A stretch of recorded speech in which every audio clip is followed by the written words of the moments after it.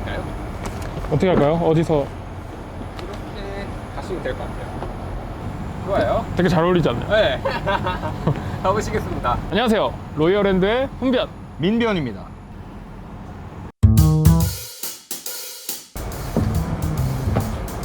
어이구 김탐 어이구 민탐정님. 여기서 만나는구만. 그래. 오랜만입니다. 오. 구두가 깨끗한 걸 보니까 장마철이 끝나고 구두를 한번 닦으셨고, 어이구 탐정 아니랄까봐 만나자마자 위아래를 훑는구만. 그래. 낯빛이 안 좋은 걸 보니까 어제 밤 늦게까지 야근을 하셨구만. 탈퇴했어.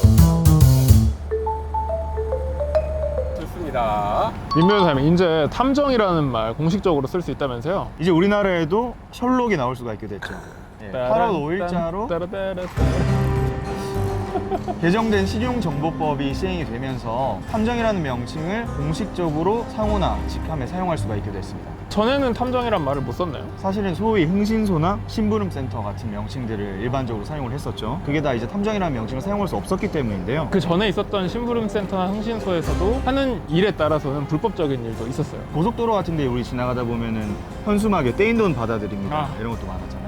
도주한 채무자의 소재를 파악하거나 그 불법적으로 은닉한 그 채무자의 재산들을 파헤치는 그런 과정들을 흥신소에서 이제 하는 경우가 많았는데 사실은 다 위법한 행위인 경우가 많았죠. 신용정보기관이 아닌 사람이 함부로 타인의 신용정보를 조회하다가 적발되면 형사처벌까지 할 수가 있었는데, 이제 신용정보법에 그 조항이 삭제되고 개정되면서 탐정 활동을 할 수 있게 된 거죠. 그런데 이제 흥신소에서 하던 그런 일들을 탐정업이 이제 가능해지면서 그런 게 가능해졌느냐? 그런 것은 아닙니다. 탐정업이 공식적으로 시행이 된다고 하면은 어떤 일들을 할 수가 있겠느냐? 예상을 우리가 해볼 수가 있을 텐데요. 먼저 이제 가출한 아동 청소년이나 실종자들을 수색하는 행위들을 합법적으로 할 수가 있게 됩니다. 그럼 되게 긍정적인 그렇죠. 효과가 있겠네요.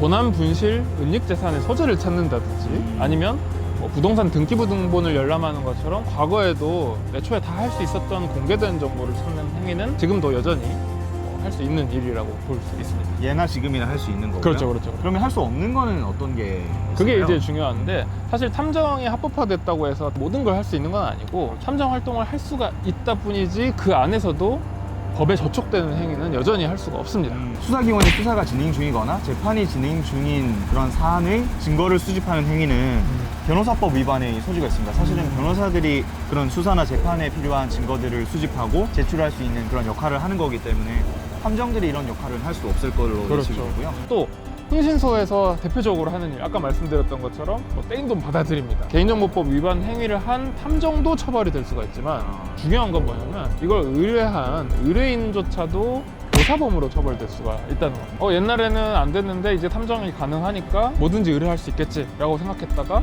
실제로 다른 관련된 법들에 저촉돼서 의뢰한 사람도 탐정도 전과자가 될 수도 있는 상황입니다. 그래서 정부에서는 그런 사설 탐정들이 난립함으로 인해 발생하는 문제들을 미연에 방지하기 위해서 공인 탐정 제도를 도입하겠다라는 그런 얘기도 있죠. 그런 왜냐면 입장도 있어요. 지금 탐정과 관련된 자격이 다 민간 탐정, 뭐 민간 조사사라든지 민간 자격증으로 돼 있는 경우가 많은데, 차라리 혼동을 방지하기 위해서 공식적으로 정부에서 공인 탐정 제도를 실시하는 게 어떨까. 근데 이런 법적인 제약들이 있어서 탐정이 합법화됐다고 하더라도 뭐 우리가 셜록 드라마에서 보는 것처럼 100% 탐정이 모든 조사를 할 수는 없는 거고 굉장히 제약이 많아요. 지금 제일 문제가 탐정이 합법화된다고 해도 합법과 불법의 영역이 어디인지가 너무 모호하고 사실 기준이 확실하게 있는 게 아니에요. 탐정이 자료 수집이나 혹은 뭐 정보 수집에 태생적으로 한계가 있을 수도 있고, 그래서 수사기관의 공식적인 도움을 받는 게 사실 제일 좋긴 합니다. 그 증거들을 확보를 해서 수사기관에 제출을 한다고 해서 그게 모두 다 증거 능력이 인정되는 것은 아니에요. 그렇죠. 증거 능력이라는 것은 이제 그 사건에 실효적으로 이제 쓰일 수 있느냐의 여부인데,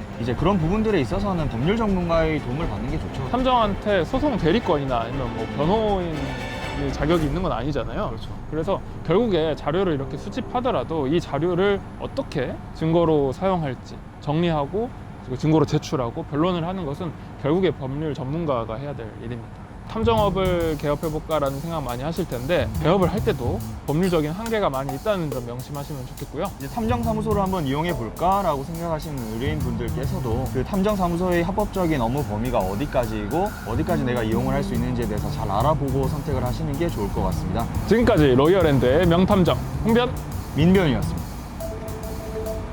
사실 근데 저희도 탐정이랑 다를 바가 없잖아요, 우리나라 제도상으로. 그렇죠. 사실 뭐 탐정이 하는 일은 변호사들이 원래 다 하고 있었으니까요. 네. 저희도 수염 붙이고 이럴까요, 그러면? 수염이 잘 어울리신데 리얼퍼인가요? 아,